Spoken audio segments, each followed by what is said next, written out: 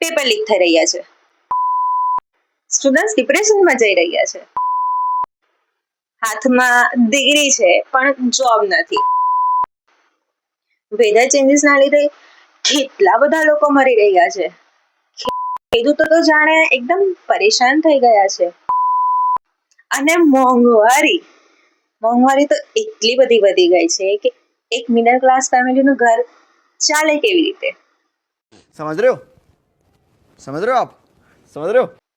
પણ આ બધા ઇશ્યુ પર કોઈ વાત નથી કરતું. કેમ? કેમ કે તમને બિઝી રાખવામાં આવે છે. શેમાં?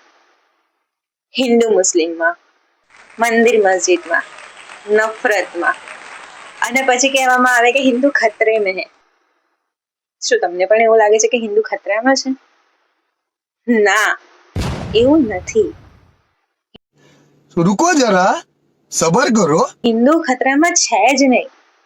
ખતરામાં છે તે એક સ્ટુડન્ટનું કરિયર, એક મિડલ ક્લાસ ફેમિલીનું બજેટ, એક યુથનું ફ્યુચર.